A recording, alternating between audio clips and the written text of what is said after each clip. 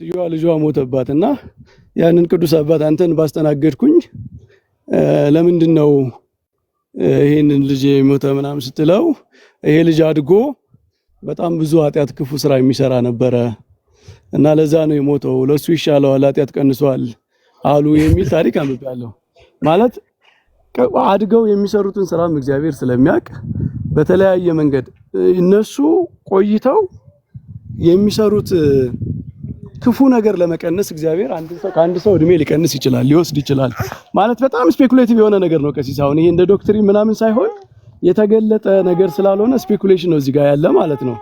ግን እኔ ምንድነው እኔ አሁን ያንተን ንገረኝ ካሉኝ ቀሲስ እኔ አብዛኞቹን ህፃናት እግዚአብሔር ይመራቸዋል ብዬ ነው ማስበው። ተስፋዬም እንደዛ ነው ከቸርነቱ አንፃር ማለት ነው። ጥቂቶቹ ግን ሲኦል ይወርዳሉ የሚያስቧቸው ይኖሩ ይሆን? እስኪ እነሱን በየትኛው ህግ ነው ሲኦል የሚያወርዳቸው? በምን እስኪ ወይ ከባህሪያቸው አንፃር ወይ የሆነ ህግ ጠቅሰው በምን እግዚአብሔር ፈጠረ?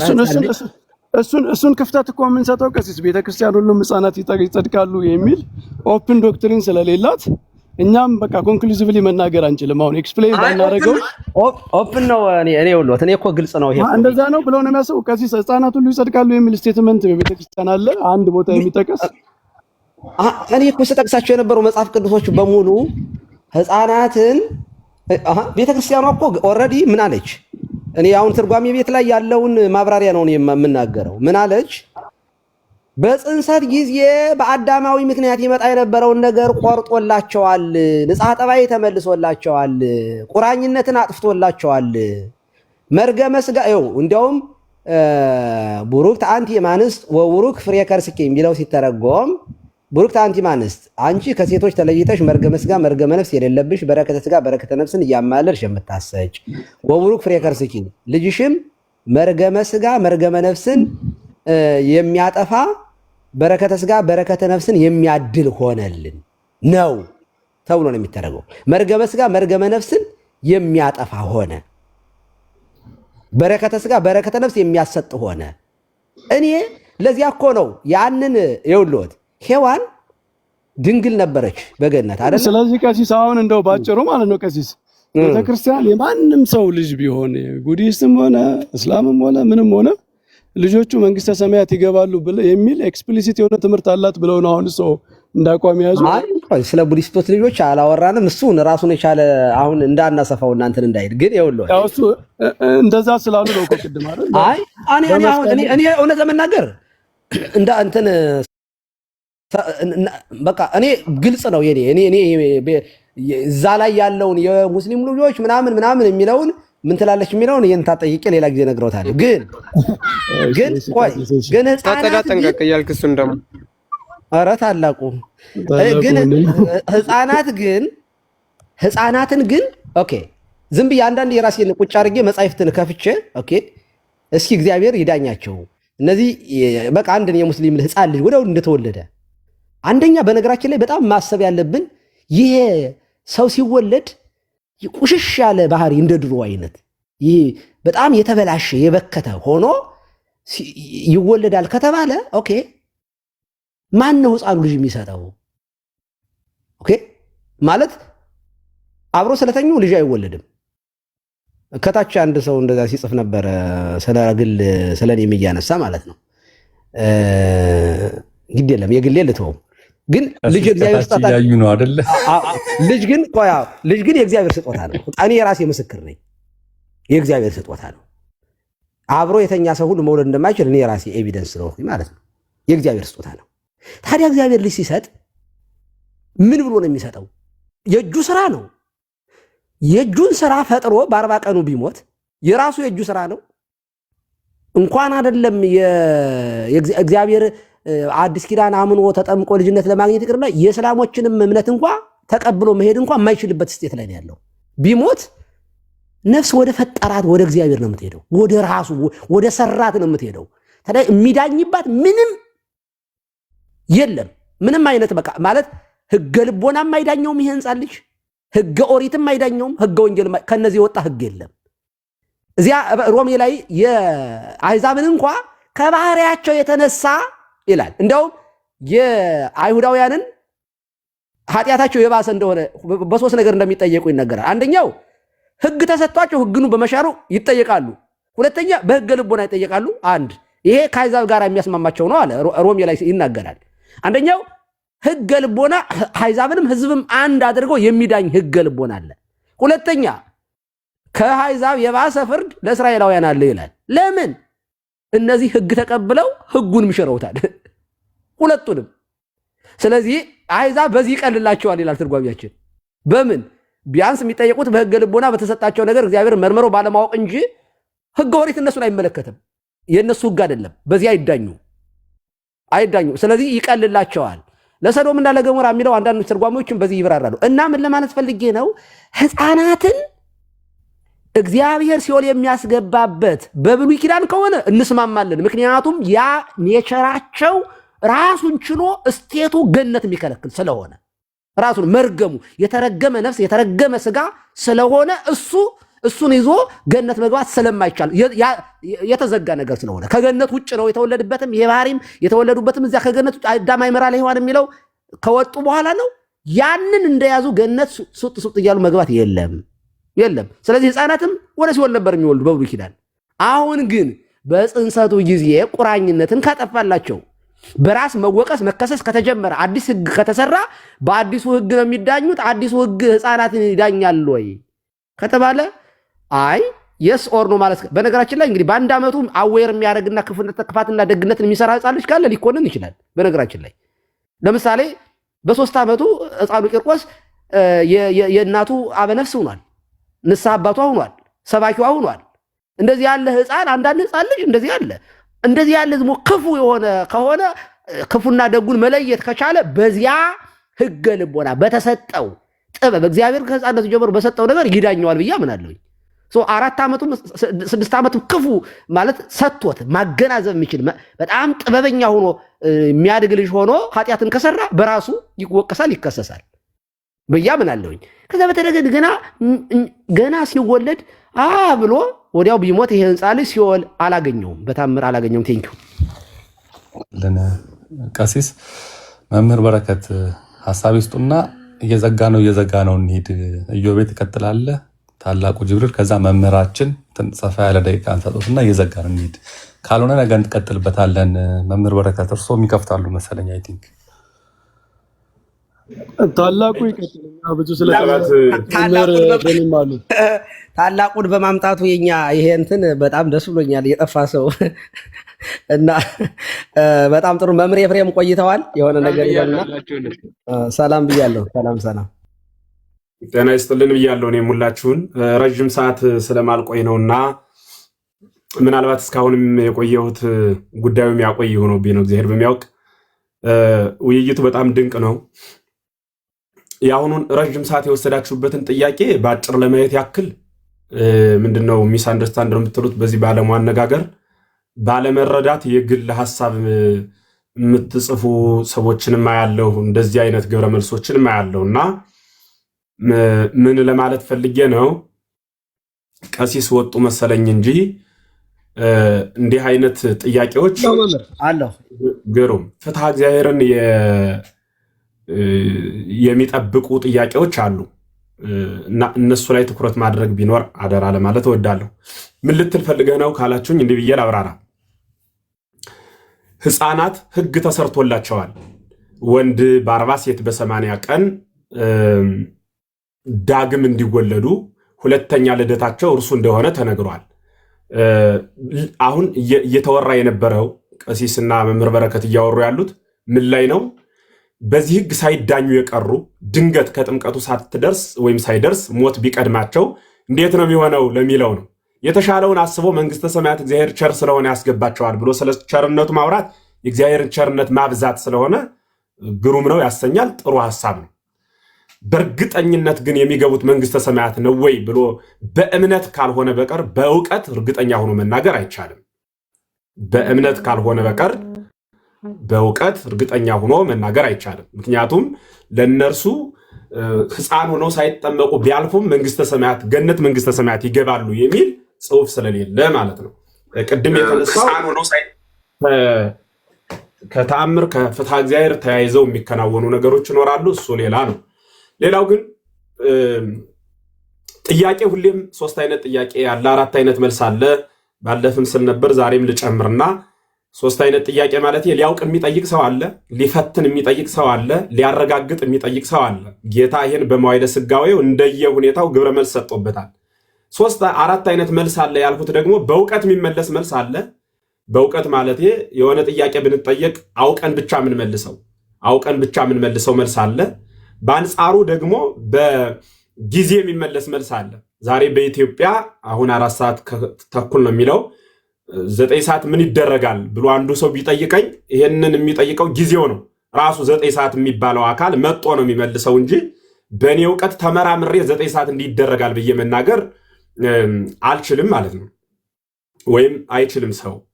በአንጻሩ ደግሞ በብቃት የሚመለስ መልስ አለ። ኦ ሐናንያ ፎመላ ሰይጣን ውስጥ ልብከ ከመ ታሐስሶ ለመንፈስ ቅዱስ የሚለው ቃል አሁን ሐናንያ ወይ መንፈስ ቅዱስን ተዋሸው ዘንድ እንዴት ሰይጣን መላብህ የሚለው ጥያቄ በብቃት አውቆት ነው ቅዱስ ጴጥሮስ እንጂ በእውቀት አይደለም።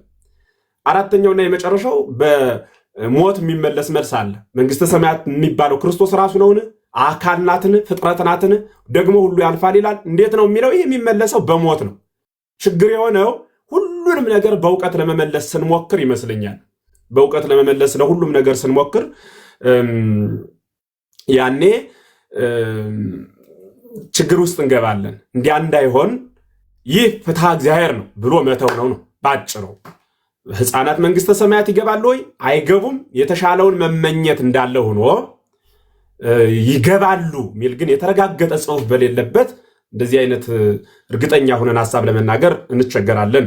እሱን በዚሁ ልተውና ጥንተ አብሶን በተመለከተ ቀደም ሲል በተደጋጋሚ ሐሳብ ተነስቶ በቤተ ክርስቲያን ሊቃውንት ስብሰባ ተደርጎ ግብረ መልስም ተሰጥቶበታል። ለዘመናት ሲያወዛግበንም ኑሯል።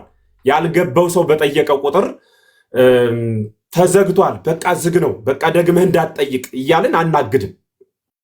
ያልገባው ሰው ከጠየቀ የምናውቀውን እንመልሳለን፣ ማናውቀውን ደግሞ ለአባቶቻችን እንሰጣለን። ባለቤቱ ደግሞ መንፈስ ቅዱስ ይመልስልናል ብለን በጸሎትና በስግደት እግዚአብሔርን እንጠይቃለን ማለት ነው። አሁን እኔ በተረዳሁት ልክ እንዲህ ብዬ ላስረዳችሁ። ምሳሌ ልጠቀም። ብዙ ነገር ተነግሯል። ምሳሌ ለመጠቀም ያክል ኤርትራን ላንሳትና ሀገራችን ቅዱስ ምድር ኤርትራ ከኢትዮጵያ ጋር በነበራት ግንኙነት ተቋርጣ ነበረ። በምሳሌ እንዲገባን ነው ምሳሌ የምጠቀመው። አንድነቱ ጠፍቶ ነበር። ከዚያ በኋላ ግን አንድነቱ በሩ ተከፈተ። ሲከፈት አሁን ኤርትራ ሂድ ቢባል የሆነ አካል መሄድ አልችልም ቢል ኤርትራ ያልሄደው በሩ መስመሩ ስለተዘጋበት ነው ወይስ ወደ ኤርትራ ለመጓዝ ፈቃደኛ ስላልሆነ ነው? ይሄንን በደንብ ማንበብና ማየት የሚጠይቅ ሐሳብ ነው ብዬ አምናለሁ። ወደ ኤርትራ ብድግ ብሎ የማይሄደው ኤርትራ ሊሄድበት የሚችል የኤርትራ መጓዣ ዝግጅት ፓስፖርት ስለሌለው፣ መኪና ስለሌለው፣ ነዳጅ ወይም ደግሞ በራሪ ነገር ስላልተጠቀመ ነው ያልሄደው ነው ወይስ ኤርትራ ዝግ ስለሆነ ነው? ገነት በአዳም ምክንያት ሔዋን ቁማ ደረሰኙን ተቀብላ ዕዳ አለባችሁ ተብለን ከተዘጋ ያን ገነት በጥቅሉ ጥንተ አብሶ ማለት ታጽወ ገነት ማለት ነው፣ የገነት መዘጋት ነው። አሁን ግን ተርኅወለነ ብለናል፣ ተከፍቶልናል በክርስቶስ። ስለዚህ ገነት እኛ ሄደን ያልገባ ነው ደረሰኛችን ያችኛዋ የዕዳ ደብዳቤያችን እጽ ስር ቁማ እንደሰጠችን በዕፀ መስቀሉ ስር ቁማ ደግሞ እመቤታችን ቅድስት ድንግል ማርያም በእርሷ በኩል ያን ገነት የተከፈተበትን የነፃነት በር አግኝተናል፣ ተረክበናል ማለት ነው።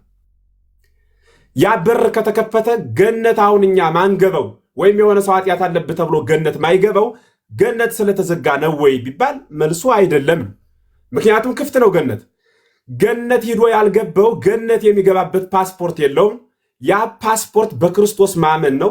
ያ ፓስፖርት ጥምቀት ነው። ያ ፓስፖርት በቅባ ሜሮን መታተም ነው። ያ መጓጓዣ ያ ነዳጅ የሚባለው ሃይማኖት ነው። እሱን መያዝ ግድ ነው ለማንኛውም ክርስቲያን ለሆነ ሁሉ ማለት ነው። በዚያ በኩል አድርገን ወደ ክርስቶስ እንሄዳለን። ክፍት ነው የምንለው ያ የገነት በር ግን አልተዘጋም። በእንተ ሔዋን ተሐጽቦ ኆኅተ ገነት፣ በሔዋን ምክንያት የገነት በር ተዘጋ። ወበእንተ ማርያም ድንግል ተርኅወለነ፣ ዳግመኛ ግን ድንግል ማርያም በእርሷ ምክንያት ያ በር ተከፈተልን ብለን ተከፍቷል። መሄድ ያልቻለ አንድ ሰው መሄድ ያልቻለው የተከፈተው በር የሚገባበትን ማቴሪያል ባለመጠቀሙ ነው እንጂ በሩ ስለተዘጋ አይደለም። በሩ በክርስቶስ ተከፍቷል። በሩ በክርስቶስ ተከፍቷል። ይህንንም ይዞ ቅዱስ ኤራቅሊስ በሃይማኖት አበው ሲናገር ኦከርስ ዘተጽፈ ውስቴታ መጽሐፈ ግይዛን እምግብርናት አለ ለኩሉ ሰብ ኦከርስ ዘተጽፈ ውስቴታ ንዋይ ሐቅል ዘይትቃወሙ ለሞት በእንቲያነ አለ። ምን ማለት ነው? ለሰው ሁሉ ከመገዛት የነጻነት መጽሐፍ የተጻፈባት ማይፀን ወዮ እንደምን ያለሽ ናት ካለ በኋላ ስለኛ ሞትን የሚቃወም ንዋይ ሐቅል ይለዋል። ስለኛ ሞትን የሚቃወም ንዋይ ሐቅል ያለባት ማይፀን እንደምን ያለች ናት ብሎ ድንግልን ያደንቃል። ለምን ቢሉ ሞትን የሚቃወም እርሱ ከእርሷ ተወልዷልና ማለት ነው። የገነትን በር መዘጋት የሚከፍት እርሱ ነውና ነው። ስለዚህ ገነት ክፍት ነው። ገነት ከተከፈተ ገነት ባለመግባታችን እስከ ዛሬ ድረስ ገነት ዝግ ነው ማለት ምንድነው? አንድ የዲያቆን ዳንኤል ክብረት አንድ ነገር ሲናገር ሰምቻለሁ። ምንድነው ሚል ኤሊ ከኖህ ጥፋት በጥፋት ዘመን በሰባት ካት ዘመን ወደ መርከብ ሲገቡ ተቋርጣ የቀረች ነፍሳት ናት ይላሉ። እና ተቋርጣ ቀርታ ያች ነፍሳት በኋላ ግን በእኛ ቤተክርስቲያን ተቋርጦ ቀረ የሚባል የለም። እንዲሁ በሌላ ሀገር የሰማው ታሪክ ይመስለኛል። ሐሳቡን ስለወደድሁት ነው ያነሳሁት። እና ውሃው እንዳይበላ እባክህ የሆነ ነገር አድርግልኝ ብላ ወደ እግዚአብሔር ጮኸች ይላል። እና እግዚአብሔር ድንጋይ ጫነባት ይላል። እና ያ ድንጋይ ተጭኖባት ኖረች። መጨረሻው ሁለቱ ኤሊ አንዱ ኤሊና አንዱ ኤሊ ሲገናኙ ይሄ የጥፋት ውሃ አልፎ መቼ ነው የድንጋይ ከራሳችን ላይ የሚነሳልን ብለው ያወራሉ ይባላል። ለምን ቢባል ዛሬ ይሄ ገነት መከፈቱን ይሄ ሁሉ የኖህ መርከብ አራራት ተራራ ላይ ማረፏን ይሄ ሁሉ ነገር መምጣቱን አላወቁም ማለት ነው። ወይም ደግሞ አልሰማችም ማለት ነው። ኤሊ አሁን ገነት ተከፍቷል በክርስቶስ በሩ ክፍት ነው። ዛሬ ድረስ በአዳም መርገምና በደል የሚቀጣ ሰው አለ ብሎ ማስተማር ምጽአተ ክርስቶስን ከንቱ ማድረግ ነው። ክፍት ነው የገነት በር።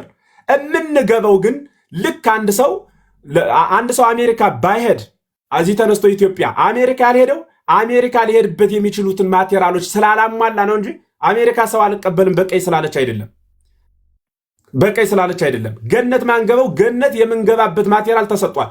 በክርስቶስ ማመን፣ ደመ ወልድ እግዚአብሔርን ስጋ ወልድ እግዚአብሔርን መቀበል፣ ከርሱ ጋር ህልው ሆኖ መኖር፣ ራስን ከክርስቶስ ጋር ማድረግና በወንጌል ያዘዘውን ትእዛዝ መፈጸም፣ በሐዲስ ኪዳን በተሰጠች ሕግ መጽናት ነው። በእርሷ በኩል ነው ከዚያ በኋላ ገነት መንግስተ ሰማያት እንገባለን ማለት ነው እንጂ በአዳም በደል የአዳም በደል ስላለብህ ተብለን ልንጠየቅ አይገባንም። እንዲያ ብሎ የሚጠይቅ አምላክም የለም። ይህንን አስምሮ በደንብ መያዝ ይጠይቃል። እንዲህ ከሆነ ነው የነ መምህር በረከት ጥያቄ። እንዲህ ከሆነ ጥምቀቱ ለምን ያስፈልጋል? በቅባ ሜሮን መታተም ለምን ያስፈልጋል ካሉኝ አሜሪካ ለመሄድ ፓስፖርት ማውጣት ኤምባሲ መግባት ለምን ያስፈልጋል ነው መልሱ። ለዚህ ሀገር መስፈርቱ ያ ከሆነ ለመንግስተ ሰማያት መስፈርቷ ለገነት መስፈርቷ መጠመቅ ከክርስቶስ ጋር ህብረት ማድረግ ነው ማለት ነው። የእግዚአብሔር ልጅ እግዚአብሔር ነው ካልን የክርስቲያን ልጅ ክርስቲያን ነው፣ የበግ ልጅ በግ ነው እያልን የክርስቲያን ልጅ ሙስሊም ነው ወይ ሌላ እምነት ነው ያለው አንልም። የእግዚአብሔር ልጅ እግዚአብሔር ነው ካልን የሰው ልጅ ሰው ነው ማለት ነው። የክርስቲያን ልጅ ክርስቲያን ከሆነ ከክርስቶስ ጋር ክርስቶስን ለመልበስ እንጠመቃለን። አማናዊ አስተምሮ ይሄ እኔም እንዲያዝን የሚፈልገው ሐሳብ በዋናነት የመጨረሻ ነጥቤ ምንድነው? ጥንተ አብሶን በተመለከተ ዛሬ ድረስ አለ ብለው የሚናገሩ ሰዎች ከሌለ ሰው ለምን ሲኦል ይገባል? እሱ ከጠፋ ከተባለ አንደኛ ነፃ ፈቃዳችን እግዚአብሔር አልገፈፈም፣ ሲኦል የመግባት መብት አለን። ሁለተኛ ሰው ክርስቶስ የመጣ ከጥንተ አብሶ ሊገላግለን እንጂ ዕለት ዕለት ከምንሰራው ምልዓተ ኃጢአት ነፃነታችን ገፎ ሊከለክለን አይደለም። ዕለት ዕለት ነፃነታችን ተጠቅመን ምልዓተ ኃጢአት መስራት እንችላለን። የግል ኃጢአት እምን ወኩሎ ጾሮ ይጸውር ተብሏል እኮ። ሁሉም የየድርሻውን ይሸካል። ታላቁ ሊቅ ቅዱስ አባ ጊዮርጊስ ዘጋስጫን በመጽሐፈ ምስጢር ሲናገር አኮ በጌጋየ አዳም ዘትኮነኑ ይላል። በአዳም በደል የምትጠየቁ አይደላችሁም ብሎ ይናገራል። ነፃነትን አስረግጦ ነው የሚናገር። ሌላኛውም ሊቅ ይናገራል። ቅዱስ ዮሐንስ አፈወርቅ በተግሳጹ ሲናገር ወአብጠለ ሞተ ይልና ሞትንስ ክርስቶስ ሽሮታል ይልና ከዚህ በኋላ ወኩሎ ጾሮ ይጸውር ይላል። የየድርሻውን ሁሉም ይሸከማል እንጂ ብሎ ይናገራል። የየድርሻውን ማለት የአዳም በደል የትናንት አለብህ ሳይሆን ትናንት ሰው በተመገበው አይደለም እኛ ዛሬ የምንከፍል። አዲስ ራሳችን በተመገብነው ነው። ያደረ የኖረ ዕዳ የለብንም።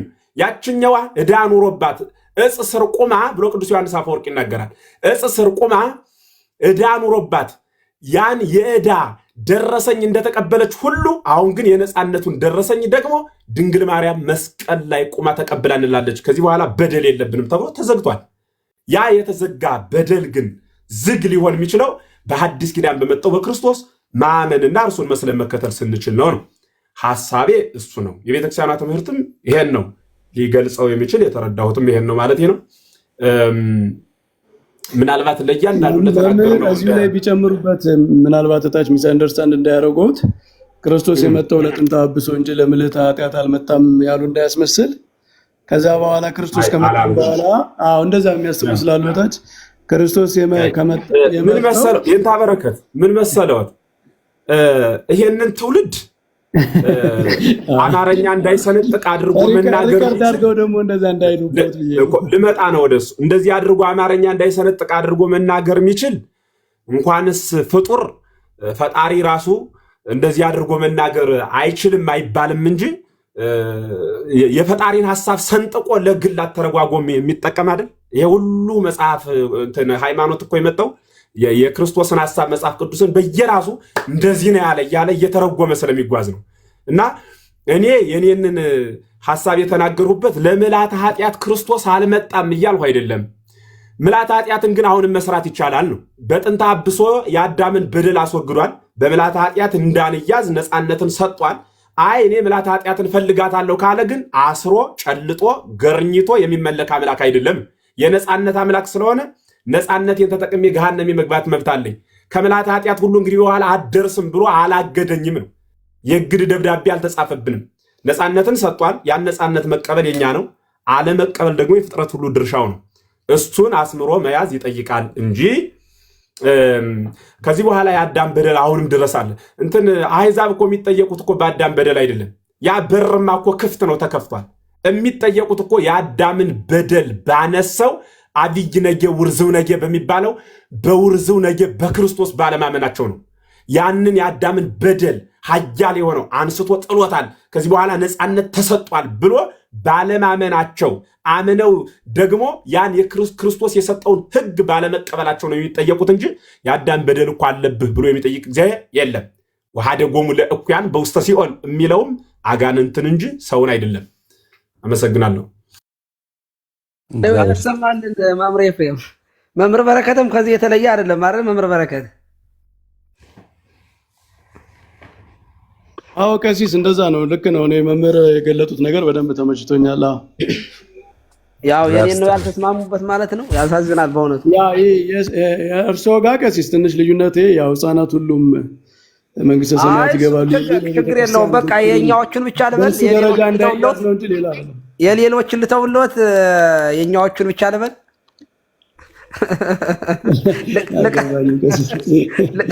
ጥሩ ነው። መምህር ኤፍሬም ጥሩ አጠቃለውታል። አይ ቲንክ ጥሩ ነው። ሁላችንም ሀሳብ ሰብሰብ አድርገው ባይዘው መምህር በረከት ይሄ ሀሳብ በጣም እንደ ወንድምነት በእውነት ዝቅ ብዬ ልጠይቅ። እኔ በጣም ነው የምደመመው። ይሄ የሊቃውንቱ ማብራሪያ እንደዚህ ትምህርት በህይወቴ ውስጥ የገባኝ ትምህርት አለ ብዬ አላምንም። መምህር በረከት እንደው የመጨረሻ እንደው በጣም የገባኝ ትምህርት ቢኖር ይሄ ነው ብዬ አስባለሁ። እና ደግሞ ቤተክርስቲያኗ የምትገልጠው ልክ እንደ መምህር ኤፍሬም መግለጥ ላልችል እችላለሁ። ኦፍኮርስ ግን በደንብ ብናነበው ሀሳቡን የሊቃውንቱን ሀሳብ መረዳት ብንችል እና መስዋዕቱ ላይ ቀራኔው ላይ በጣም ስትረስ ብናደርግ መስዋዕቱ ለምንድን ነው የቀረበው የሚለው ላይ ሌትም ቀንም ማሰብ አለብን። ክርስቶስ የሞተው ለምንድን ነው እንዴ የሚለው ነገር ካልታሰበ እኔ ይሄ በቃ ከእንግሊዘኛ ይነበባል፣ በቀጥታ ይተረጎማል። የዌስተርን ቴዎሎጂ እኔ አደጋ ውስጥ እየጣለን እንደሆነ ነው የምረዳው። እኔ ወይም እንደነሱ መርገመ ኃጢአት ይሄ ጥንተ አብሶ አለ ብለን ወይ አላመንን እኛ እንደዚህ ኃጢአት ይወረሳል በሰው ይመጣል ምናምን ብለን አናምን። አዳምም ስትረስ ያደርግ የነበረው እሱን ይመስለኛል። እና ሌሎቹ ያንን ስለሚሉ ሌላ መውጫ መግቢያ ያላቸው አይመስለኝም።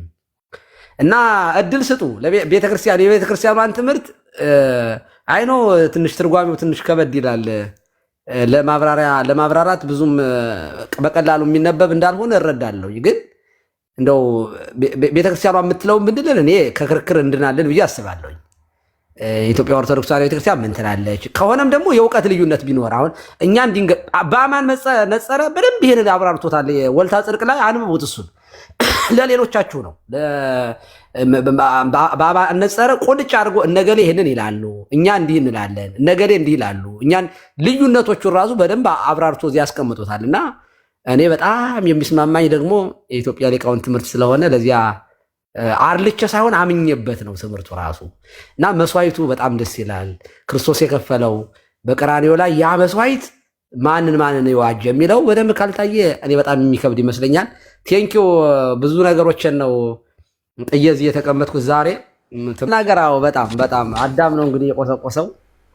በጣም በደስታ ነው። እኔ ከዚህ በኋላ ጥያቄ ነው ሆኖ ባይዘው ከዚህ በኋላ የሚመጣ ሰው ካለ ጥያቄ ነው የምጠይቅ። ማብራሪያ ምናምን አላብራራም እኔ። አይ ኖ የሚል ሰው ካለ ጥያቄ አለ። በጣም ብዙ ግትልትል የሆነ ጥያቄ የማይመለስ ማለት ነው። የኛ ቤተክርስቲያን ግን ኦልሬዲ ስለዘጋች በቃ የማያፈናፍን ትምህርት አላት ብዬ ነው የማምነው። ቴንኪው። እሺ መምህራችን ቃለ ሕይወት ያሰማልን። እናንተን የሰጠን አምላክ ይክበር ይመስገን። ሰፋ አድርጋችሁ አስተምራችሁናል። እየጠቀልነን ነው እንድንሄድ። ኢዮባ ሀሳብ ስጥና ወደ አኬ እንመለሳለን። ሀሳብን አስቀምጥ። ቃለ ሕይወት ያሰማል። እናመሰግናለን። በጣም ፈቃዱልኝ ልውረድ። እውነቴን ነው። ሰዓትም ሄዷብኛል። ሚድናይት ሆኗል። በጠዋቱ ነው ወደ ስራ የምገባና ብዙ ያልገባን ነገር ሊኖር እንደሚችል እገምታለሁኝ። መቼም ሁሉ ነገር በአንዴ ጨልጠን ልናውቀው ስለማንችል ከዚህ ቀደም ይሄ ጉዳይ ሀሳቡ ተነስቶ በጥሩ ሁኔታ በደንብ ተገናዝበን አልቆ ነበር። ግን አሁን እየተደበቀ የሚመስለው ነገር ቆይቶ ደግሞ ሲሪየስሊ አንድ ነው። የእነሱም ትምህርት የኛም አንድ ነው። ግን እነሱም የተለየ ነገር አንዳንድ የሚሉ ሊቃውንት ይኖራሉ። እኛም ጋር ደግሞ የተለየ ነገር የሚሉ አሉ። ኦኬ አይ እንተና እኮ አባ አበራ እንደዚህ ብለዋል፣ አቡነ ሽኖዳ እንዲህ ብለዋል። እንግዲህ እሱ የፐርሰናል ኦፒኒየን አድርገን እንወስደዋለን። ግን ጀነራላይዝ በሆነ ሁኔታ ላይ መጀመሪያ እኛን በደንብ በአማርኛ ስለሆነ አፋችን የፈታ ነው በአማርኛ እንግባባና ከዚያ ደግሞ በእንግሊዝኛ እንቀጥላለን ለማለት ነው። ቴንኪው ሶ ማች። ሰላም ነው። እሺ አይቆዩ እንጂ ቀሲስ ጸሎት አድርገውልን ነው የሚወርዱት። በቃ ኃይለኛ ፕሮግራም አይደለም። ጸሎት አድርገውልን ነው የሚወርዱት። አኬ ብቻ ነው ሀሳብ የሚሰጠው። እንዳታሰፉት ብዬ ነው ወደ እንትን እንዳይሄድ። አይሰፋም። አኬ ሀሳብ ይሰጣል፣ በጸሎት ያሳርጉልናል። ኢዮባ ጨረስክ? ግን እኔ እውነቱን ለመናገር አንድ ያልገባኝ ነገር አለ። በብሉይ ኪዳን ኃጢአት ከልጆች ወደ ልጆች ይተላለፋል የሚል ነገር ነው እየተረዳሁ ያለሁት። ማለት ክርስቶስ እስኪመጣ ድረስ ከሰው ወደ ሰው የሚተላለፍ ኃጢአት እንደነበረ፣ ከዛው ክርስቶስ ሲሰቀል ደግሞ ያ ኃጢአት እንደቆመ እንደዚህ አይነት ስሜት ተሰማኝ። ምናልባት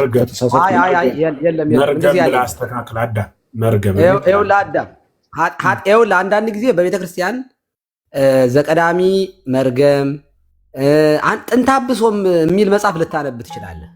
ግን ኃጢአት እንደ ደም እየተቀዳ እንደውም የሆነ ትርጓሜ ምን ላይ ነበር መምህር ኤፍሬም? አሁን ሲቀዳ ምናምን ደም እየተቀዳ ይመጣል ማለት አይደለም የሚላል የሆነ ትርጉም ምን ላይ ነበረ? እንደዚያ የሚባል ትምህርት የለንም። ግን ዮሐንስ ራእይ ነው 7 አሁን ይተላለፋል የምንለው ምኑን ነው? ፈለን ኔቸር ነው ማለት ኦኬ። አዳምና ሔዋን ኃጢአት አደረጉ፣ ከዚያ ተረገሙ። ከአንተ የተነሳ ምንድን እንደዚህ ይሁን እንደዚህ ወደ 11 የሚጠጉ አሉ ዝርዝሮች ሰይጣንም ጭምር። ከዚያ ሰው ሲወለድ አዳም አይመራል ሔዋን። አዳም ሔዋንን አወቃት አለ። ኦኬ ጸነሰች፣ ወለደች። ስትወልድ የአዳምና የሔዋን ባህሪ የነፍስ የስጋ መርገም ስለነበረ ያንን አይነት እየሆነ ሰው ይወለዳል ነው። እሱን ነው እንግዲህ ገነት ያዘጋ ስለነበረ ኃጢአት ተብሎ ተጠርቷል። ከዚያ በኋላ ደግሞ ሰዎች ሁሉ በራሳቸው ደግሞ ኃጢአት ይሰራሉ። ምክንያቱም እሱ ራሱ ለኃጢአት ያዘነበለ ማንነት ነው። ጽድቅን የሚሞክሩ ነበር አይደል? ሲሞክሩ የነበረ ደክ እያሉ እንደነ አብርሃም እንደነ ሎጥ እንደዚህ አንዳንዶቹ ሞክረው ነበር፣ ግን ገነትን አላስከፈትም። ሁሉም ኃጢአት ሰርተዋል፣ የእግዚአብሔር ክብር ጎሏቸው። ሁሉም ኃጢአት ሰርተዋል የሚለው ራሱ የሚያሳየው የፎለን ኔቸርን በራሱ ያሳያል። ሁሉም ምክንያቱም የዚያ ባህሪ ናቸው። ስለዚህ ክርስቶስ ግን ከዚያ እርግማን ዋጀን ነው እና እንጂ ኃጢአት ይተላለፋል። የአዳምና የሔዋን ኃጢአት የነሱ በደል እነሱ የሰሩት ወደ ሌላ ይተላለፋል። እንደውም በነቢያትም ላይ ተጽፏል። የለም እንዲህ የሚባል ትምህርት የለንም። እኛ እውነት መናገር እንደዚህ አዳም ከተረዳን እኔ እንደዚህ አላልኩኝም በግሌ። መምህር ኤፍሬምም እንደዚህ ያሉ አልመሰለኝም። መልሰዋል ራሳቸው። አዳም ቴንኪዩ። እሺ ቴንኪዩ። እግዚአብሔር ይስጥልኝ። እኔ ጨርሻለሁ። እሺ ዮባ አፈር ነው። ዮባ ሀሳብ ስጥና ወደ አኬ እንሂድ። ቴንኪዩ ሁላችሁንም ቴንኪዩ። አይ መጀመሪያ ላይ ቅድም ስንጀምር ሳይሆን እኔም አርፍጄ ነው የመጣሁት። ተርሚኖሎጂ ዲፋይን ይደረግ፣ ቃላቶች በደንብ ዲፋይን መደረግ አለባቸው። ኮንሰፕቱ ከኦሪጂናል ሲን ሲባል ራሱ ፕሮቴስታንት ኦሪጂናል ሲል ምን ማለቱ ነው? ግብፅ ያለችው ቤተክርስቲያናችን ኦሪጂናል ሲል ስትል ምን ማለቷ ነው? ሲሪያክ ያለችው ቤተክርስቲያናችን ኦሪጂናል ሲን ስትል ምን ማለቷ ነው የሚለውን ነገር በደንብ መጀመሪያ መተንተን አለብን ብለን ነበር እንትን ያለው። ምክንያቱም ኤክስፕሬሽን ሊለያይ ይችላል እና ኦር የቃላት አጠቃቀማችን ኤክስፕሬሽናችን ሊለያይ ስለሚችል ማለት ነው። እና ያንን ስቴት ከሆነ እንትን የምንለው ቀሲስም አንድ ነገር ብለው ነበር ቅድም። ምክንያቱም ሞስት ኦፍ አብዛኛው ውይይት ዲስከሽን እንትን ያለው ህፃናት ያው ቢሞቱ ኦር ከሞቱ ወዴት ይሄዳሉ የሚለው ነው ዶሚኔት ያደረገው ዲስከሽኑን። ግን ቅድም ቀሲስ ሲናገሩ ራሱ ምን አሉ? የሙስሊም ህፃን ልጅ ሲያድግ ሙስሊም ነው የሚሆነው ወር ደግሞ ሌላም እንትን በቃ እርኩስ ነው የሚሆነው እንትን አይሆንም ብለዋል። እና ይሄንን ኦብጀክቲቭ የሆነውን የክርስቶስ ስራ እንዴት ነው የምንቀበለው? እንዴት ነው ገንዘባችን የምናደርገው? እንዴት ነው የምንሳተፍበት የሚለው ነገር ላይ ዶግማቲክሊ ሁላችንም የምንስማማው በቃ በጥምቀት ነው። አምነን ስንጠመቅ ነው ይህንን ነገር። ህፃናትም ሲጠመቁ ነው ይህንን ጸጋ መቀበል የሚችሉት። ማለት ጸጋውን መቀበል ማለት ቤተክርስቲያን ውስጥ የሚጨመሩት የክርስቶስ አካል የሚሆኑት ከሞቱና ከትንሣኤው ጋር የሚተባበሩት። ከዛም አልፎ ደግሞ ጥምቀት የሚስጥራት በር ነው። ጥምቀትን ከተጠመቁ ስጋና ደሙን መውሰድ ይችላሉ። ንስሐውን፣ የቤተክርስቲያን ህይወትን በአጠቃላይ ጸጋ በምላት የምትገኝበት ቤተክርስቲያናችን ውስጥ ያንን ነገር መካፈል ይችላሉ ማለት ነው። ይህንን ነገር ሁሉ ለማድረግ ጥምቀት የመጀመሪያው ፈርስት ስቴፕ ነው። ስለዚህ እሱ ላይም በደንብ ኤንፈሲስ ብናደረግ ጥሩ ነው እና ተርሚኖሎጂ ግን ቀሲስ ትክክል ነው። በቃ አንዳንዴ ኦሪጂናል ሲን ሲባል መጀመሪያ በሱ ስለጀመር ነው። እዚህ ሁኑ ሰምተውን ይሁን አይሁን አላውቅም፣ ግን ተርሚኖሎጂ በጣም እንትን ይላል እና እዛ ጋር ከኮፕቲክ ቤተክርስቲያን የመጡት ልጆች እንደዛ ሲሉ ምናልባት ይሄ ተርሚኖሎጂውን ስላልተረዱ ይሆናል። ኦር ፕሮቴስታንቶች ኦሪጂናል ሲን ሲሉ ምን ማለት እንደፈለጉ ስላልተረዱ ይሆናል እና አንዳንዴ እንደሱ እንትን ብናደርግ በሚለው ነው የጀመርነው መጀመሪያ ላይ። ግን በጣም እናመሰግናለን መምህር ኤፍሬም፣ መምህር በረከትም፣ ቀሲስም ሁላችሁንም እናመሰግናለን በጣም ቴንኪዩ። አጋቶኒ ቴንኪዩ። ዮባ አኬ ይቀጥሉ። የተከበሩ ሰላም ለሁላችሁ፣ እንዴት አላችሁ? ይፍቱኝ ባርኩኝ። ቀሲስ ሁላችሁንም ሰላም ብያለሁ። እኔ እንኳን መምህር ኤፍሬም እያስተማሩ የነበሩትን ሰምቼ ነበር እና እሱ ላይ ጥያቄ ነገር ኖሮ ነበር የገባሁት። ያው ግን እያጠቃለላችሁት ከሆነ ነገሩ ምናልባት ሊራዘም ስለሚችል ወይ በዚህ ላይ ቋጩትና ምናልባት ሌላ ጊዜ የምንገናኝ ከሆነ የምንቀጥል ይሆናል። ምን ይሰማሃል አንተ? ቢጠይቃል ወደ መጨረሻ አካባቢ ከተነሳው አንጻር ይሄ ለምሳሌ ከድህነት አንጻር ምናምን እንግዲህ ያው ምናልባት ካልተረዳሁት እኔ እንጃ ንግግራቸውን ካልተረዳሁት እኔ እንጃ ስሰማ ውስጤ የሚመጣው ምንድነው ዩኒቨርሳሊዝም በሞነርጂዝም ተቀይጦ አይነት የሚመስል ነገር ዝም ብሎ ውስጤ ይፈጠርብኛል። ያው ሳልረዳቸው ቀርቼ ይሆናል። ምንድነው ዩኒቨርሳሊዝም ሲባል በቃ ዓለም ላይ ያለው ሰው ሁሉ በቃ እንዲህ ድኗል፣ የሆነ የማዳን ስራን አግኝቷል። ዓለም ላይ ላለ ሁሉ ሰው የማዳን ስራ ተሰርቷል አይደለም። በመስራት ደረጃማ ኦፍኮርስ ተሰርቷል በክርስቶስ። ያ ድህነት ሰዎቹ ላይ ራሱ አፕላይ ሆኗል። ሰዎቹ ላይ ማለት ነው ተፈጽሞላቸዋል። ይፈጸምላቸዋል፣ ይድናሉ፣ ዓለም ላይ ሁሉ ያለ ሰው የሚል አይነት ነገር ነው ዩኒቨርሳሊዝም። እሱ በሞነርጂዝም ተቀይጦ ያልኩት ደግሞ ሞነርጂዝም ደግሞ ምንድነው? ያለ ሰውየው ፈቃድ፣ ያለ ሰውየው እምነት እሺ ያው ጌታ አድነኝ ብሎ ሳይተባበር ሲነርጂስቲክ ባልሆነ መልኩ እንዲሁ ዝም ብሎ ሲድን ማለት ነው። እና እሱን የሚመስል ነገር ውስጤ ዝም ብሎ እንትን እያለ ነበር። ይህንን ከምን አንጻር ነው እንደዛ ያልኩት? ጌታ ኢየሱስ ሲሞት ከአዳም ውድቀት ዝም ብሎ ሰው ሁሉ ዝም ብሎ ድኗል አይነት ነገር ከሆነ እየተባለ ያለው በመጀመሪያ አዳም ውድቀት ውስጥ ነበርን ወይ? እዚያ ሚል ትምህርት ካለ እኮ ሃይማኖትም ጥምቀትም ክርስትናም ጾምም ስግደትም አምልኮትም አይጠበቅም አያስፈልግም። አይ ከአዳም ውድቀት እቺ መጀመሪያ ላይ ያለችው መንበሪ እሱ ላይ ነው እኮ አክሊል። በመጀመሪያ ሰላም ብያለሁ። እሺ ሰላም ሰው ድኗል የሚል ትምህርት ካለ ነው እንዲያ የሚባል ሐሳቡ ራሱ ካለ ኦርቶዶክሳዊነት ብቻ ሳይሆን በቃ ድንሃል አለቀ ምንም አይነት ግብር አያስፈልግም ብሎ ወደ ተደማደመ ሌላ ተቋም ነው የምንሸጋገረው። እንዲያ ብለን እንኳን እኛ ሌሎች ቤተ እምነት በራሱ የሚያምኑ አይመስለኝም። ራሱን የቻለ ለዚህ ሃይማኖት የምናደርገው አመንበት ለምንለው መደረግ ያለበት ነገር አለ። የኔ ሐሳብ በሩ ተከፍቷል ነው። ቅድም የተናገርኸው ነው እንጂ የተናገርኸውን አይደለም። ዓለም ይገባበት ዘንድ ስራው ተሰርቷል፣ በሩ ተከፍቷል ነው። ወደዚያ ወደ ተከፈተው በር ለመግባት ደግሞ በሩ ላይ ሄዶ ለመግባት የሚያስፈልግ ትኬት አለ ነው። ያ ትኬት ያ ፓስፖርት ደግሞ ቤተክርስቲያኗ ያስቀመጠችው በክርስቶስ በኩል የተሰጠን ጥምቀት፣ ቅባ ሜሮን፣ ቅዱስ ስጋና ክቡር ደም ነው። ያን ሳይዙ ወደዚያ መግባት አይቻልም። ዝም አምናለሁ በራሱ ተብሎ አይገባበትም። ያ በር ነው እንጂ ሌላውማ መጦ ብሎ ማሰብማ ደግሞ በጣም ሩቅ ነው የሚሆነው። ሁሉ ዓለም አንዴ ዝም ብሎ በቃ በክርስቶስ ድንሃል የሚል ትምህርት የለም። አልተናገሩም፣ ቤተክርስቲያንም አትልም። እግዚአብሔር ያክብርን። እሺ ስለዚህ አሁን እያሉኝ ያሉት ርቀው የነበሩ ያ ሁሉ እንግዲህ ዓለም ሁሉ ርቆ ነበር፣ ከእግዚአብሔር ተጥሎ ነበረ። ስለዚህ አሁን እንዲገባ በሩ ተከፈተለት። ትክክል ነው። ያው እዚህ ድረስ ሁሉም ይስማማል ብዬ አስባለሁ። ስለዚህ ርቆ ከነበረበት ሁኔታ ለመውጣት ግዴታ ማመን አለበት። እስካላመነ እስካልተጠመቀ ከቅዱስ ሚስጥር ምናምን እስካልተካፈለ ድረስ ከዚህ ከአዳማዊ ውድቀት መውጣት አይችልም ማለት ነው አይደል? ስለዚህ ከአዳም ውድቀት የሚወጣው ሰውየው ካመነ ነው እንጂ ከአዳም ውድቀት ሁሉም ሰው ዝም ብሎ እንደዚሁ አልወጣም።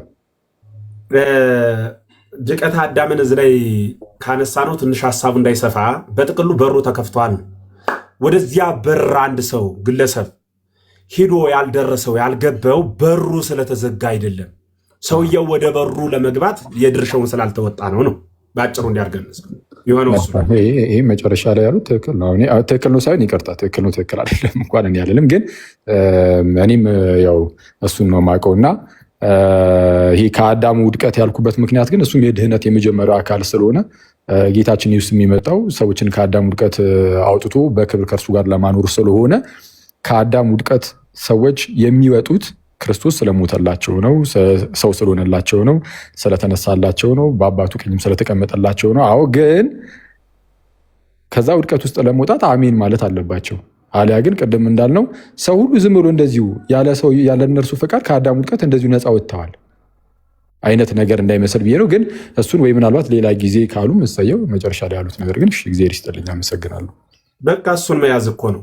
በሩ ክፍተው ወደ በሩ ለመግባት በሩ የሚጠይቀው ጥያቄ አለ፣ እሱን ማሟላት ነው። አይ እኔ በሩ ዝግ ነው ዛሬም ድረስ ብሎ ድፍንፍን ብሎ ቤት ተቀምጦ ሙነነ ማቴር ሲሉት በሩ ስለተዘጋ እያለ የሚያወራ ከሆነ ስህተቱ የእሱ በሩን አለማየት እንጂ የበሩ መዘጋት አይደለም። ወደዚያ ገነት የሚባለው ሀገር ያላስገባው ነው። እውነት ነው። እሺ መምሬ፣ እሺ ቴንክ ዩ። በጣም አጭር ነገር ለመጨመር መሽቷል፣ ሄዷል። ግን በጣም ይቅርታ፣ ስለ ፀሐይ የተናገረ አንድ ሊቅ አለ አይደል? ፀሐይን ወጦ ባለመሞቁ ፀሐይ የለችም ብሎ ማውራት አይችልም። ወጦ ፀሐይን ስላልሞቃት ነው ፀሐይን ያላገኛት እንጂ ፀሐይ ስላልወጣች አይደለም ሰውየው ፀሐይ ያልሞቀው። ክርስቶስ በሩን ስላልከፈተው አይደለም አሕዛብ ወደዚህ ያልገቡት፣ የተከፈተውን በር ባለማየታቸውና በሩ የሚያስፈልገውን ፓስፖርት ባለመያዛቸው ነው። ዓለምን የሚያስማማ የኦርቶዶክስ ሀቅ ይሄ ነው።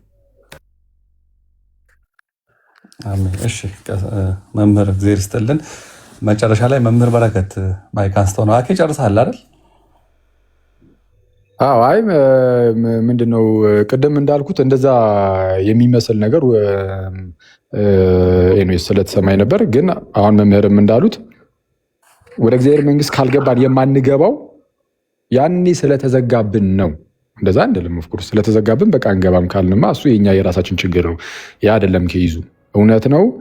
ካልገባንም የማንገባው እግዚአብሔር የሰጠንን መንገድ ስላልተጠቀምንበት ብቻ ነው። ምክንያቱም እግዚአብሔር መንገዱን ዘርግቶታል አሁን ነው እና እሱ በጣም እንግዲህ እኔ እስከማውቀው አንድ የቀረበ ማዕድ አንተ ትራስ ላይ ተኝተህ አሞህ አምጥቼ እኔ ቴካዊ አድርጌ ምግብ ባስቀምጥልህ በልተህ ያልተከፈው ምግብ ስለሌለ ሳይሆን ምሳሌውን በጣም ይቅር በለኝ ወይም ወደ እኔ ላድርገውና በልተህ ያልጠነከርኸው ያልተነሳው ምግብ ስለሌለ ሳይሆን ምግቡን የሚያይ የሚችል አይን ወይም አቅም ስላጣህ ነው ማለት ነው። አንድ ይቅርታ እንትን ልክ መሀል ላይ ሲገቡ እንትን አለብኝ የተወሰነ ተቋረጠብኝና እስቲ ምንድን ያሉኝ ይቅርታ ሰምቼው ትልቀጥል።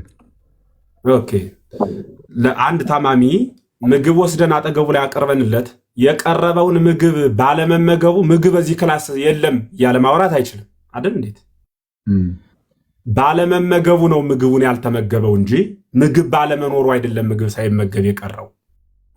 ምግብ ክርስቶስ ለዓለም ሁሉ ተሰጥቷል፣ ጥቁር ቀይ ነጭ ሳይል። ባለመመገባቸው ነው ክርስቶስን ያጡት እንጂ ክርስቶስ ለእነርሱ ሁሉ ስላልተሰጠ አይደለም ያልተቀበሉት።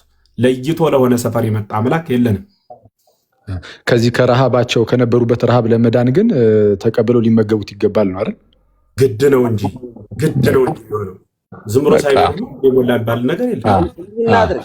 ስለዛ ከነበሩበት ሰው ገባ። አክሊል እንትን እናድርግ። በጣም ጥሩ ሁኔታ ነው ዛሬ ያወራ ነው።